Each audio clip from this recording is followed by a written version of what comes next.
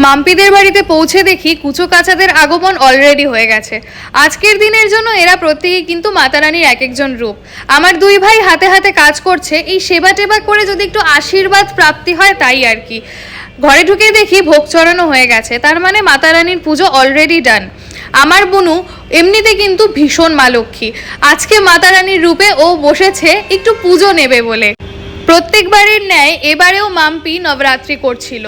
এবার নবমী আর দশমী একসাথে পড়ায় 11:30টার মধ্যে নবমী শেষ হয়ে গেছিল, তাই তাড়াতাড়ি করে ভগবানকে পুজো দিয়ে বাকি বাচ্চাদেরকে সেবা টেবা করে, যেমন ও পা ধুইয়ে আলতা পরিয়ে চুন্নি পরিয়ে গিফট দিয়ে খেতে দেয়, তো সেটা তাড়াতাড়ি কমপ্লিট করে দিয়েছে।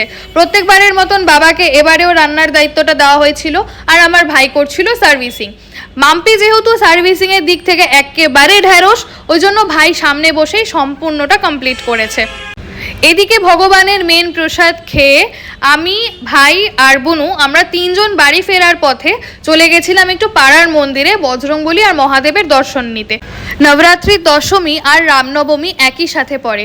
আগেরবার যেমন ব্যারাকপুরের বজরংবলীর মন্দিরে একটু গেছিলাম, এবার যাওয়া হয়ে